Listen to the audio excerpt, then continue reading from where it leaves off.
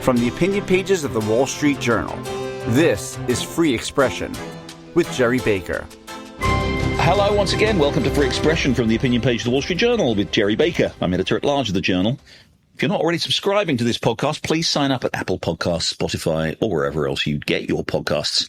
This week, we're looking at the race for the Senate. Most attention, of course, is focused on the presidential contest this fall, but the political fate of Congress is also at stake, and once again is on a knife edge. Control of the House of Representatives will come down to the outcome of a handful of races in a few key states. Meanwhile, in the Senate, Republicans need to make a net gain of 2 from Democrats to be sure of a majority in the upper chamber. Joe Manchin's decision to step down in West Virginia looks certain to hand that state to Jim Justice, the GOP governor. But everywhere else in the battleground states, the outcome looks like something of a toss-up. Polling suggests Republican Tim Sheehy has a slight lead over incumbent Democrat Jim Tester in Montana. Elsewhere, the race is very close in key states such as Michigan, Arizona, and Ohio. The key state for both the presidential and Senate contests may turn out to be the Keystone State. Incumbent Democrat Bob Pacey of Pennsylvania has a slight lead in the polls over his Republican challenger, Dave McCormick. And this week, we're going to look in detail at that race in Pennsylvania and also what lessons we can learn from that state for the wider political context. And I'm talking to that very Republican challenger, Dave McCormick. He was born in Pennsylvania, served in the U.S. Army, including in Iraq, and then worked very successfully in business, rising to become the CEO of Bridgewater Associates, the world's largest hedge fund. He served in the George W. Bush administration as Undersecretary for the Treasury for International Affairs. He ran unsuccessfully for the GOP nomination for Senate in 2022 in Pennsylvania, losing by just a few hundred votes to Dr. Mehmet Oz, who you may recall then went on to lose the general election to the Democrat. So I'm very delighted to say that I'm joined, and we're going to talk about all this now, with Dave McCormick. Dave, thanks very much for joining the Wall Street Journal's Free Expression. How are you? Very well, thank you, and I hope you had a good Labor Day weekend. We are traditionally into the final stretch now of the election campaign, just 9 weeks away. You're challenging in Pennsylvania. The polling that I've seen suggests it's pretty close, but you're sort of consistently a few points behind. How do you see the race there at the moment? Honestly, I feel great about it, Gerry. When I entered the race in October 1st, if I would have imagined on Labor Day weekend we'd be where we are, I would be pretty encouraged. And the reason for that is, top of the ticket, President Trump is in the lead or it's very close to a tie. In all my polling, we've closed within a margin of error and 2 to 4 points. And listen, this is tough in Pennsylvania because I'm running against a 3-term incumbent who has a very prominent name. But this race has now shaped up where it's between strength and weakness, and it's a race between common sense policies and a radical liberal agenda that is truly out of step with Pennsylvania. Pennsylvania may be the one state where having Joe Biden would have been tougher for Republicans because Kamala Harris comes with a set of views, in her own words, banning fracking, transitioning energy workers, giving amnesty to 10 million illegal immigrants, federal benefits, mandatory buybacks of guns, elimination of private health insurance. And the one that really ticks off my friends in Bloomsburg, where I grew up, is restrictions on red meat consumption. So this couldn't be more out of step with Pennsylvania. And Bob Casey is a sure vote for that radical agenda. He's been 98% with Biden-Harris. He'll be 98% or better with Harris. And that's promising, I think, and I'm optimistic. Is that your sense, Dave, that the race has changed? It's interesting. I mean, nationally, the race does seem to have changed, obviously, since the Democrats switched in Harris for Biden. Biden was consistently behind Trump in the polls. It's now at least neck and neck. Maybe Harris has a slight lead. Your sense, though, is interesting. I mean, of course, we all remember that famously, as he repeatedly told us, Joe Biden hailed from Scranton, Pennsylvania, so that may have been a factor too. But is that your sense that this is seen by Pennsylvania voters as a pretty significant shift, not just in the personality, but in what the candidate stands for? Well, I believe so, and I think we'll have to make it more of that as the race continues. But, you've had this month or more of incredible media support for Kamala Harris and, almost a misrepresentation of what her agenda is, given where she's been in the past. But I think that's starting to settle out. And now the campaign, really, the final 60 days here, will be about what kind of president would she be in light of what kind of vice president has she been? Are you better off as Pennsylvanians than you were before Joe Biden and Kamala Harris came into office? And again, Bob Casey's been a 98% vote for that radical agenda. But then being able to look forward into what kind of president she'll be, in contrast to what kind of president Donald Trump was. So I think that's the structure at the top of the ticket.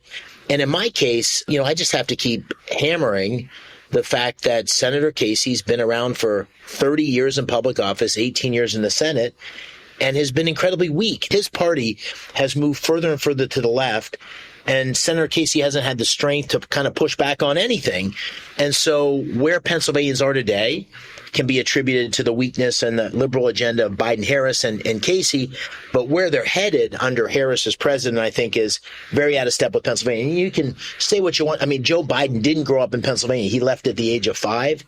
But he had spent 50 years in Pennsylvania, in these communities, with labor leaders. They really know who Biden is. Kamala Harris is a whole different kettle of fish here, and I think it's going to be hard for her to really line up with Pennsylvanians, and I think that's to our advantage. Do you think the Democrats, I don't know whether this is true of Casey too, it does look as though Kamala Harris is trying to kind of distance herself from the Biden administration? I know that may sound implausible. She's been vice president for the last 3.5 years, but she's talking about different policies. She talks about taking over on day one and dealing with all these challenges the country faces, whether it's prices or immigration, like an outsider, like a newcomer. Are people buying that? And again, I also wonder how Casey in Pennsylvania handles that issue of the fact that he's been an incumbent and the Democrats have been incumbent nationally for the last 4 years. Well, listen, they're certainly all trying to run away from the fact, both Harris and Casey, that we have, record high compounded inflation. And you and I both know, Jerry, when they talk about inflation going down, it's just the rate of growth in prices. And what's happened in the last 3.5 years in Pennsylvania is very, very telling. I mean, we have prices that are up more than 20% for food, more than 40% for fuel. And that's hurting working families. 60% of Pennsylvanians are living paycheck to paycheck. So if prices are up by more than 20% and wages haven't kept up, they're getting squeezed, and they feel that. And that is the number one issue I hear on the campaign trail, is that this economy is not working for us. They're less well off than they were when Biden, Harris, and Casey started this agenda 3.5 years ago. And the second animating issue is the border. And you say, why Pennsylvania, a border state? Well, the one thing that you see heartbreaking is the fentanyl crisis. We lost 4,000 Pennsylvanians last year. You have the crime in the urban areas. You have the economic burden associated with illegal immigrants in the communities. But the fentanyl is the animating issue. And I think most Pennsylvanians I talk to attribute that to Biden, Harris, Casey, and they attribute both the inflation problem, the rise in prices, as well as the border crisis. And those two issues, I think it's going to be very hard for Harris or Casey to run away from. And I'm certainly going to do all that I can to make sure that there's accountability. But what's different with Biden and Harris is looking forward. And you have someone who's truly, this is not political language, this is not me saying it, but truly a San Francisco liberal. Her positions, in her own words, are so out of step with Pennsylvania.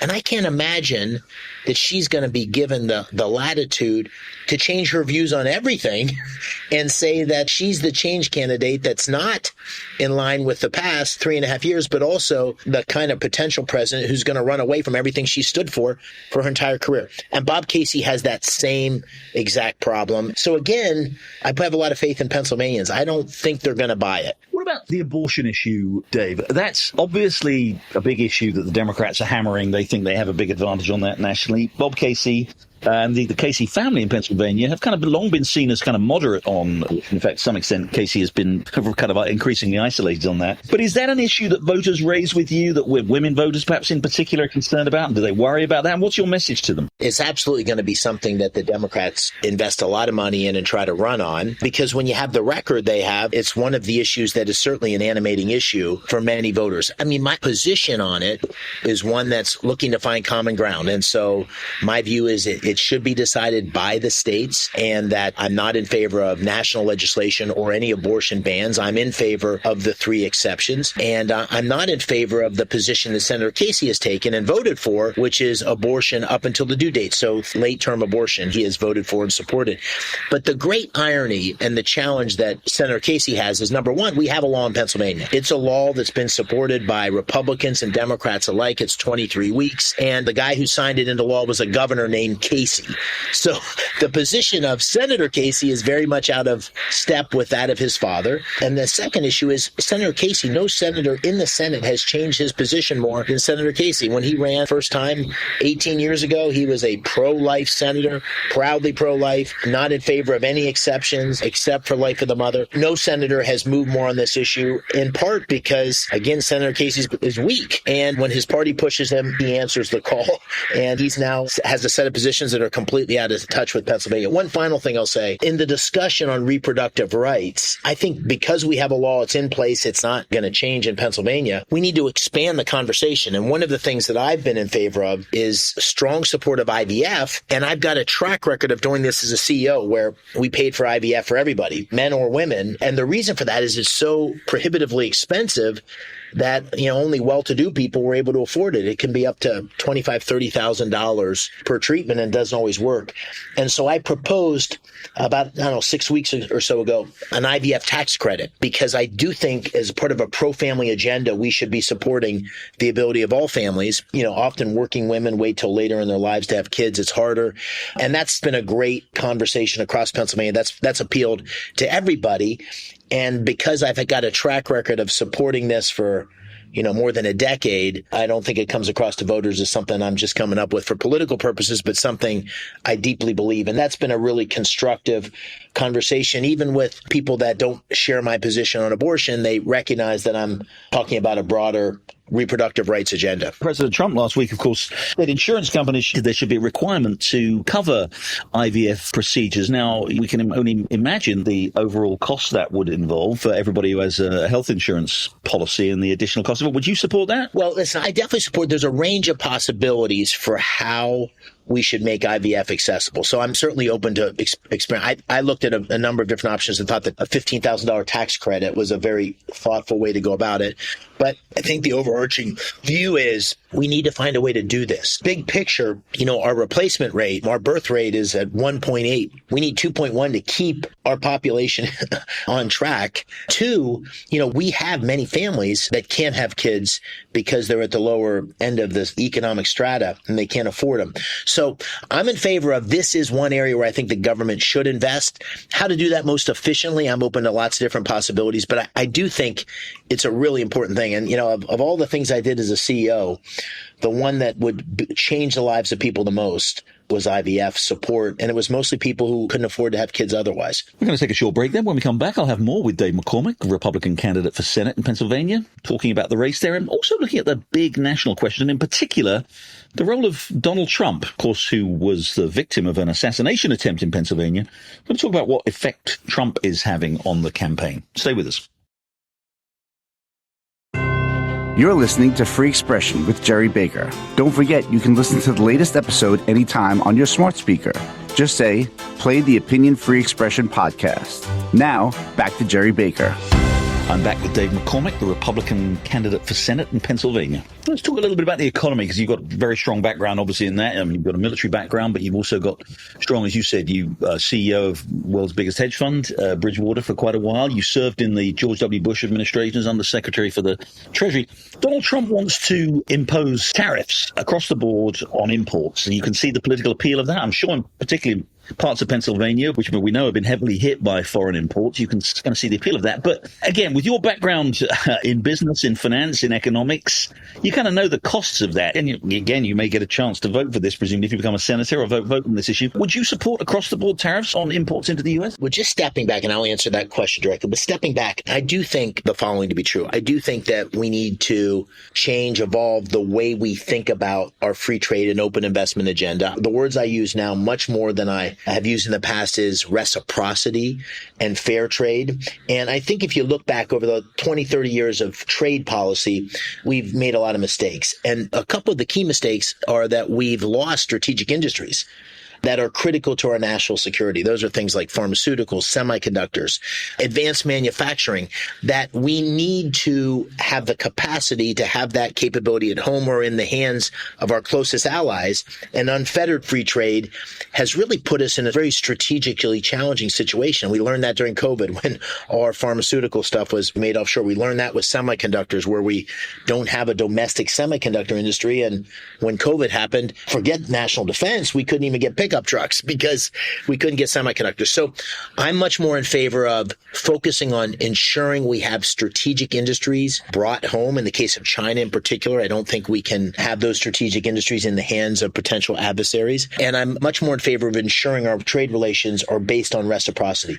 Now, with that said, coming to tariffs, I do think, and I was supportive of a selective use of tariffs with the steel industry and in cases where there's a real strategic benefit and used as a source of leverage. I'm not in favor of across the board tariffs. I think that would be a very blunt way to try to achieve our objectives. But I also recognize that President Trump may have a negotiating posture that I'm not in the know on. But I think the use of tariffs in a very strategic way for leverage as part of our negotiations and ensuring fairness and reciprocity is a good idea, and be in favor of that. But the more across the board you go, the more the economic damage, and I think the less leverage you get in a very focused way. But what about the deficit? Again, with your background, you know the risks associated with countries that run very, very large deficits, even the biggest economy in the world like the United States. We now have a deficit in terms of its relative to GDP.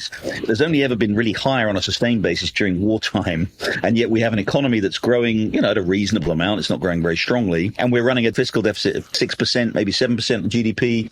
The debt is 35 trillion. That's well over 100% of GDP now that we have. President Trump wants to come in and renew the tax cuts from 2017, extend some tax cuts, wants to, things like taxes on tips, exempt them, wants to even lower the corporate tax rate even further. Again, with your deep experience, Dave, in this field, do you think this is a fiscally responsible approach? Well, listen, stepping back, $35 trillion of debt, $1 trillion of interest payments, bigger than our defense budget. There's got to be like a rule that we should have that anytime your interest payment is bigger than your defense budget, you're down the wrong path. So I definitely see the growing challenges associated with this. I think it's important to get the attribution right. In the last 20 years, Republicans and Democrats alike have spent too much money and spent beyond our means. So if you look at the chart, you'll see an upward to the right. But what's happened under Biden is a hockey stick of additional $5 trillion plus of additional spending, much of that going into highly subsidized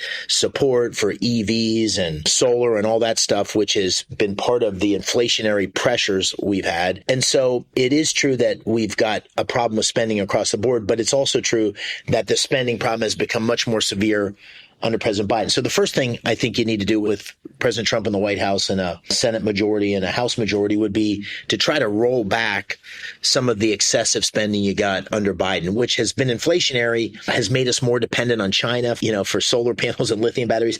I mean, that policy is broken on so many dimensions. So I think that's an important thing. Second thing, there's obviously all sorts of discretionary spending that needs to be cut. I'd be in favor of a balanced budget amendment as a part of beginning to reaffirm fiscal discipline. And listen, on the tax cuts, I think it's important to not buy into the way those tax cuts are presented. When you're on the road in Pennsylvania, the median income is $52,000. A family of four, if you reverse those tax cuts that came under President Trump, would have an additional tax burden of $2,500. And that's at a time when they've already had the regressive tax of 20% rise in prices, which has hurt working families the most and people on fixed income. So that squeeze that's happening is happening to working families, and reversing those tax cuts would damage them significantly. I'm not sure the worst, but damage them significantly. So I wouldn't be in favor. I'd be in favor of continuing the Trump tax cuts, but I'd be in favor of bringing a high degree of fiscal discipline in the ways I described. And I'll say one more thing. I'm deeply worried about the sustainability of this, but I also think, as a global investor, you'd have to ask yourself, if you had $100 to allocate around the world, where would you allocate it right now? And as you know, in capital markets and in the global economy, it's not only compared to where you're investing, but compared to everything else. And I look around the world right now, and we have the ability to course correct in America because of our economy, the agility, the resilience, if we get the right leadership in place to have a super dynamic growing economy. And that'll be an important part of dealing with this fiscal challenge. So if you're a global investor, as challenging as our current moment looks for the United States, we still are the envy of the world in terms of our resilience, our agility, our ability to deal with the challenges before us. So with the right leadership in place, by doing things like reducing our regulatory burden and unlocking our energy sector, our economic future is bright. We need to deal with the fiscal side, but we also need to make sure America remains the most dynamic economy in the world. I honestly believe under the policies of Kamala Harris and Bob Casey with, price controls and $2 trillion of additional spending and, a war against fossil fuels, our economic future is very much at risk. I think under pro-growth economic policies and additional fiscal restrictions and restraint in the way that I described, we're on a very bright path, but leadership matters. That's sort of the bottom line. A very quick question, Dave, on national security, because again, you served with distinction in the US Army, served in Iraq. I know you're a specialist in military affairs too, in an academic sense. You've read a PhD on foreign policy, on US military in particular. When you talk to voters in Pennsylvania, how much concern do they express about the state of the world right now? Particularly, I'm wondering, there's been a lot of debate within the Republican Party over whether the support for Ukraine against Russia is the right thing to do. You've talked about the fentanyl crisis that's coming in. We know China's role in that. You've spent a lot of time dealing with China. Well, President Trump calls it kind of an America first approach. We should be, looking after our own people first and not worrying about supporting far off countries. How do you see that, both in your own terms, but also as a political issue in this election? Well, I think people are very much focused on getting by day to day, to be honest with you. Those economic challenges, the inflation, the fentanyl crisis. For Pennsylvania, 20 years of war was borne disproportionately by these rural communities, people that, are struggling to get by. That's where the soldiers came from. That's where those that were wounded came back to. So they're very much focused on their needs right now. And the number one national security issue is the border. No doubt about it, Jerry. That's the number one focus. I think it's hard for people to think about how we're going to support. And the China issue is much more of an economic issue in their mind, I think, primarily in terms of the economic risks that are posed by China. So I think it's hard for people to think about how we're investing billions of dollars abroad. Now, what I say, which I believe, is that, America needs to continue to be a leader in the world. We need to be very thoughtful about how we engage with the world, but we need to engage in a way that's directly supporting America's interest. And, this is a debate that's happening in the country and across our party. And in the case of Ukraine, what I say is, listen, we need to support Ukraine with military aid. It's critical that we have a stable Europe. It's critical for America's interest.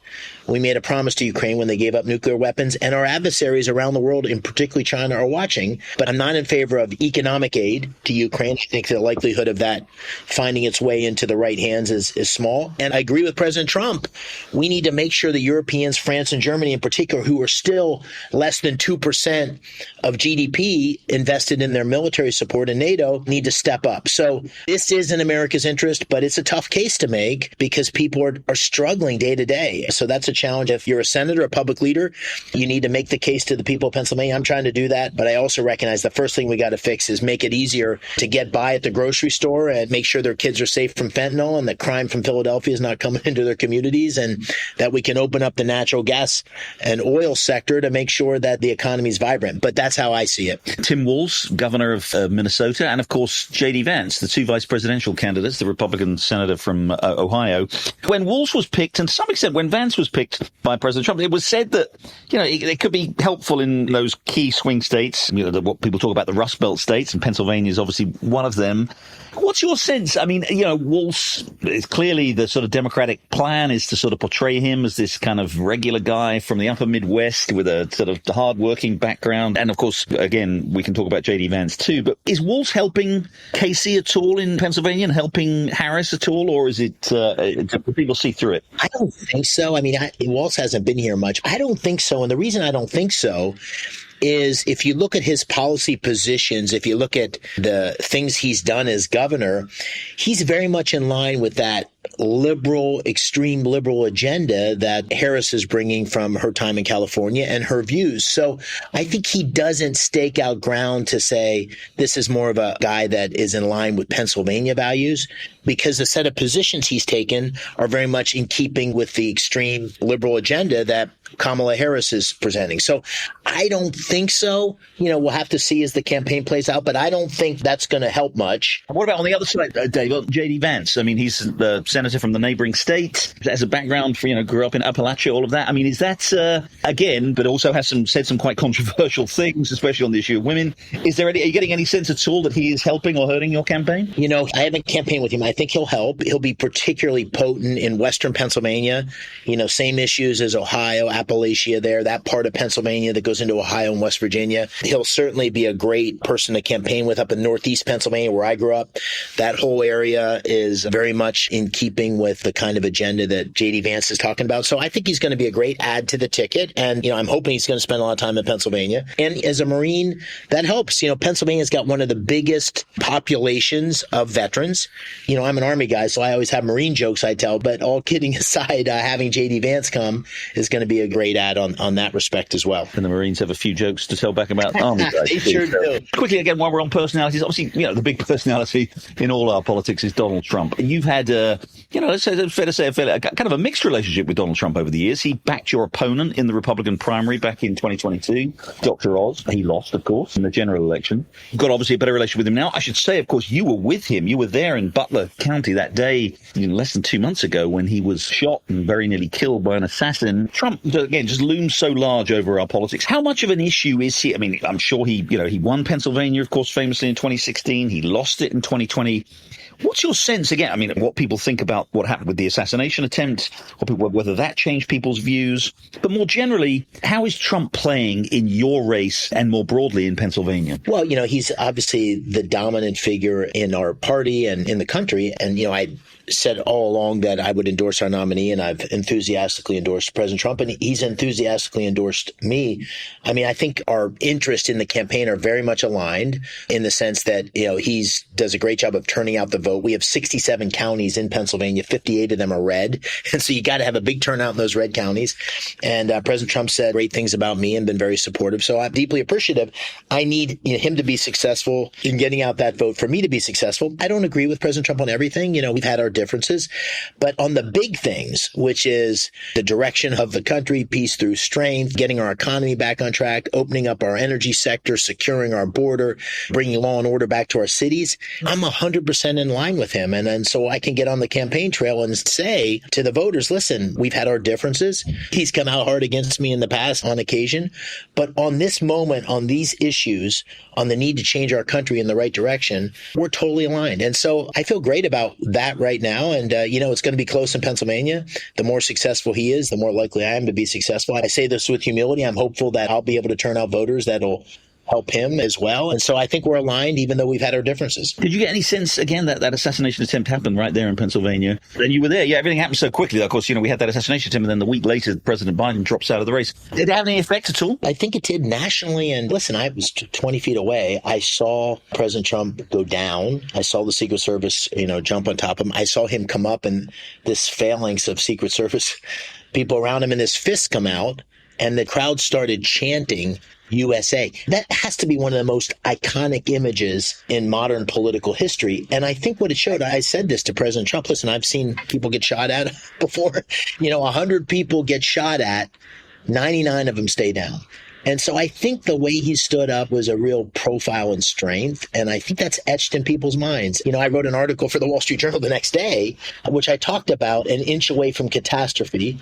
And I think that's what it was, an inch away from losing our nominee and the former president, but also an inch away from a really catastrophic moment for the country. And for me, I try to use that as a reminder that we have a big fight in front of us, a huge fight for ideas for the future of the country. We need to fight for our future in a really tough way. But I also think that we need to do it in a way that's not embracing the polarizing, nasty political rhetoric, the dehumanizing rhetoric that leads to violence. And that's a comment that applies to all sides of the political debate. And so I think that President Trump really showed strength that day, and I think that's etched in the minds of some voters. We'll see how it shows up on November 5th, but I definitely think it had an impact. Yeah, amen to that, particularly on the polarization and violence. When you ran in 2022, you were attacked by some in your own party, by your opponent in your own party, but certainly by others too, as being kind of an outsider, really. I know you grew up in Pennsylvania, you went off to West Point, served in the Army, and you went off a very, very successful career in business, ran the world's, as we said earlier, the world's largest hedge fund up there in Connecticut for a long time. Is there still that concern that people have that, you've kind of come back to Pennsylvania, that you're really a bit of an outsider, that, I don't know to what extent Casey is making play with that. Is that something that you think worries people about whether or not you have the kind of Pennsylvania roots and that authenticity to really serve the people of Pennsylvania? It's a good case study because you realize going into politics is tough these days in the following sense. People lie. People lie a lot. And that probably maybe shouldn't have been such a shock to me. But you're going to get hit and lies are going to be told about you. So you got to be ready for that when you get into the ring. It's one of several sort of lines of attack and lies that are being told about me. In my case, I feel great about it in the following sense. I mean, it certainly is being raised in the campaign, but I'm seventh generation Pennsylvanian. I grew up in Pennsylvania, in rural Pennsylvania, doing baling hay and trimming Christmas trees. And then I went to West Point, got nominated by U.S. Senator, served in the military for 9 years, came back to Pennsylvania, ran a company, created hundreds of jobs, went into public service again. So I've had about, 13 or 14 years of public service, and then went and ran Bridgewater, as you said, which was based in Connecticut, although I still had a family farm in Bloomsburg, which I kept. I'm kind of the example of the American dream of being so blessed, not because of some great talent of mine, but a lot of luck and good fortune, hard work, but just only in America. And so that's the story I'm telling. And I tell it all honestly and with pride. We should want our kids to have the kind of opportunity I've had. And so I think the more people see pictures of me, as an all-state football player or on the family farm or at West Point or in Iraq, I think it reinforces to them, what my roots are and why I want to serve Pennsylvania as an opportunity, again, duty, honor, country. But sure, I'm getting attacked on that and other things. I don't think it's the number one issue that people are focused on. I think they're focused on the kind of leadership that can get our country and Pennsylvania back on track. And those experiences you described, those are good training, the military and business, to hopefully be a very effective and impactful senator. Dave McCormick, Republican Senate candidate in Pennsylvania. Thanks very much for joining Free Expression. Gerry, thank you. Good to be with you. Well, that's it for another week. Thank you very much indeed for joining us as we enter the final 2 months of this presidential campaign. I'll be back again next week. In the meantime, thank you again for joining us. Have a great week. Speak to you then.